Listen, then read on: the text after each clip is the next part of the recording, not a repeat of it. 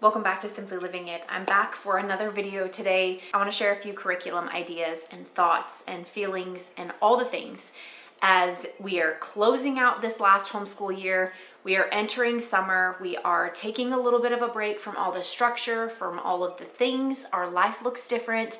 And this season, we just graduated our first homeschooler, which is a crazy thing to even think.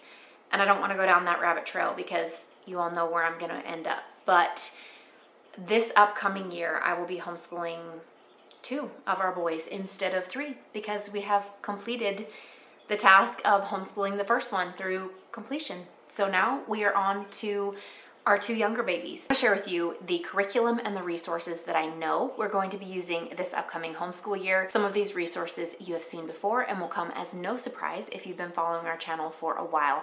I have got 6.5 years worth of homeschooling content here in this place, from encouragement to curriculum to resources to routines and schedules and homeschool life. So I would love it if you would subscribe to our channel and stick around. Let me show you what I'm thinking for this upcoming year.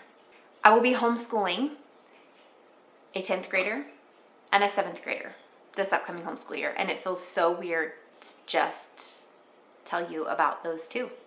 It's going to be an adjustment. It's going to take some getting used to. I'll start off this video with an absolute yes that will absolutely be sticking around.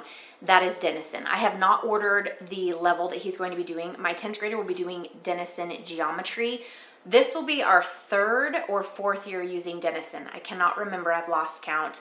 We discovered Denison years ago by one of you amazing mamas who shared it with me. I shared some homeschool math thoughts and ideas about things, and one of you mamas came in with this recommendation, and it has absolutely changed our homeschooling life and the lives of so many of you mamas. And I know this because you've told me, you've reached out and you've shared it with me, you've shared it in the comments. Denison is one that is not talked about very often. It is not one of the most popular ones that you'll see everybody sharing, but it is the real deal. It is legit. It is absolute by far my favorite math curriculum. I wish that they had the younger grade levels, but I understand. Maybe someday that is something that they will offer, but for now it is upper grade level. So we're talking pre-algebra and beyond. They have 2 different paths. A lot of people think that Denison is strictly for those that are not math-minded or those that struggle with math. That is not true. All 3 of my boys, I would say, do good with math. I wouldn't say that any of my boys struggle with math. They will all do Denison. However, if you do have a child that struggles with math, maybe this is a good fit. They have 2 different paths. They have the success, I believe it is, the success path. I can't remember the name of it, but they have 2 different options you can choose from. So if you have a child who struggles with math, there's a path you can take for them. If you have a child who just needs math curriculum and you need something that works and something that sticks and something that just makes sense and builds their confidence in math, go on and on about Denison. You guys, you know this. If you've been here for any length of time, this is no surprise.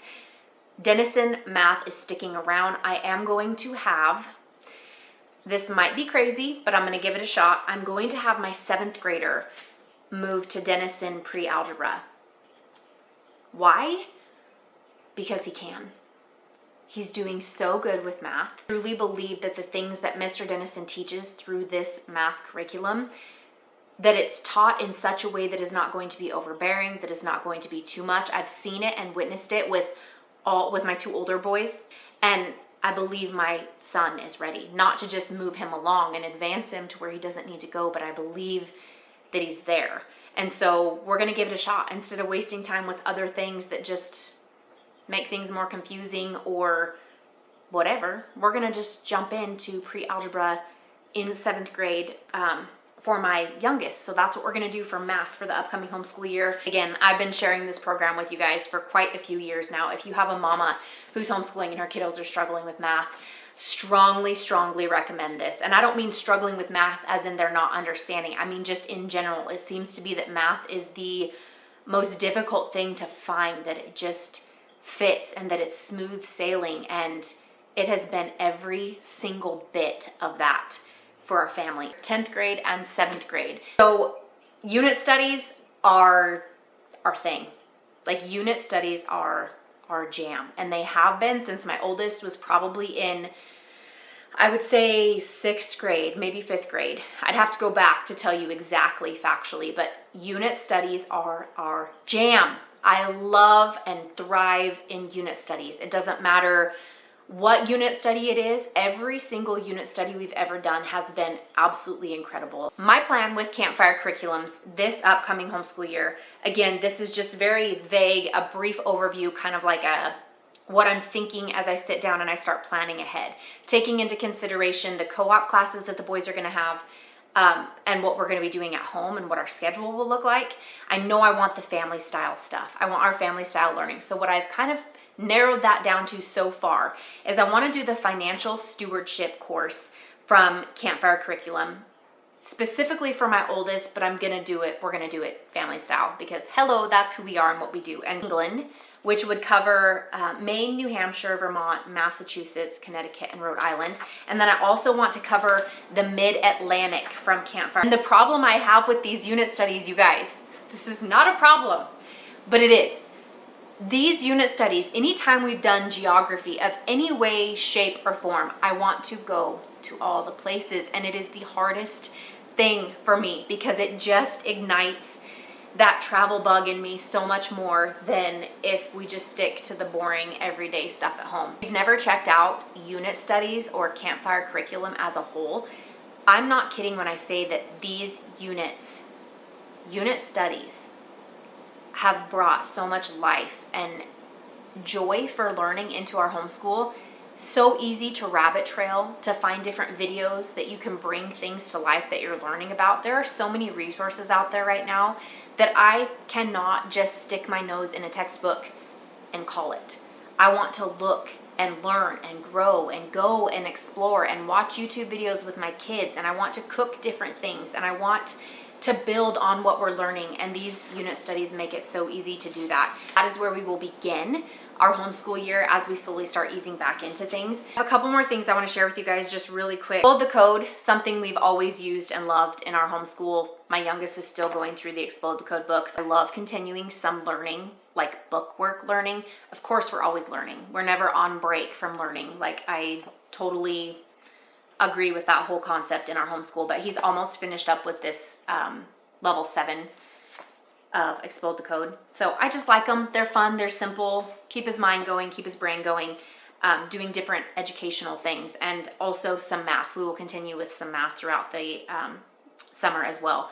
But into next year, we will go with book 8. Then he'll be done with the Explode the Code series, and all of my boys will have completed them all the way through, which is just something fun. It's light.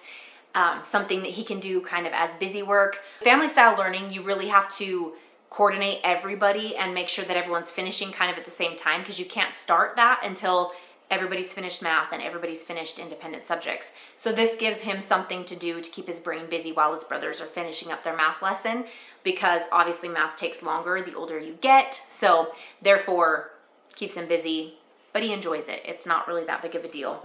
I'm going to show you the back of it because my kids have doodled all over the front of it, and I'm not going to share that with you guys. So IEW, we will be continuing with IEW for both of my boys. Actually, we use IEW our own way in our homeschool. It is not something we do every single day. It is not even something that we complete a whole like level. This is year 1 level A, and this will be my 6th grader's 2nd year doing this level. We go to homeschool co-op 24 weeks out of our homeschool year. So that kind of takes away some of that time when we would be actually completing this. Now, while I do not care if we complete an actual book in a year's time, obviously, you know this, we go at our own pace, we do our own thing over here. We will finish these out. Both of my boys will be finishing out their IEW this coming year. This will be most likely the last year that my oldest will do IEW. It is his grammar, his writing. He's also, through co-op, doing intro to speech from IEW. So that's going to look different too, because he's already going to be writing out his speech. He's already going to be going through many of the things that IEW has taught him. He's going to be doing it already for that speech course. So I have yet to know exactly what that's going to look like. My plan is to have him finish out his structure and style. But because he's doing speech, structure and style might come the following year when he's not doing speech. It just looks different.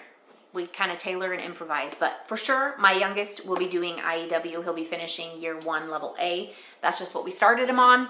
That's what he'll finish out.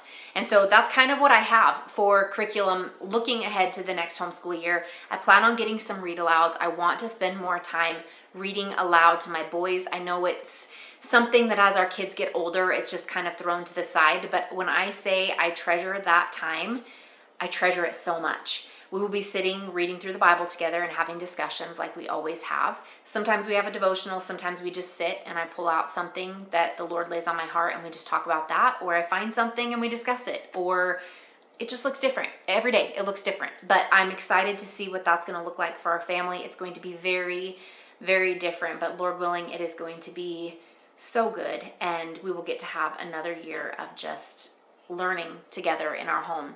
In our homeschool. I'm excited. I'm looking forward to it. But I'm also sitting right here and savoring this moment and this time right now, because everything just looks different in our home and in our life right now, and huge transitions. And it's been wonderful. God has been so good, and God has been so faithful to carry us all the way through this homeschooling adventure, and I'm looking forward to what is to come. There will be more things to come as things reveal themselves to me throughout the summer that we will be tackling in our homeschool, but I will be sure and share any updates with you guys that I may have throughout that course. There's more things to share, but this is what I know for right now. So I hope this video was helpful to you, and maybe there is something that you can take from this video and implement in your homeschool as well. Remember, we all do it different. I will be over here doing my best to homeschool our boys the way that the Lord has called me to homeschool our boys, and I hope and pray that for you as well, that you will tune out all the voices and all the noise, and you will lean into the one voice who is the author and perfecter of life, and that has a plan and a purpose for your family and for your homeschool, and it will be very different than the rest of us, and that's beautiful. And I hope and pray that you can lean into that and enjoy that and rest in Him as you prepare for your upcoming homeschool year. I will catch you in our next video. Thank you for being here. We'll talk to you later. Bye.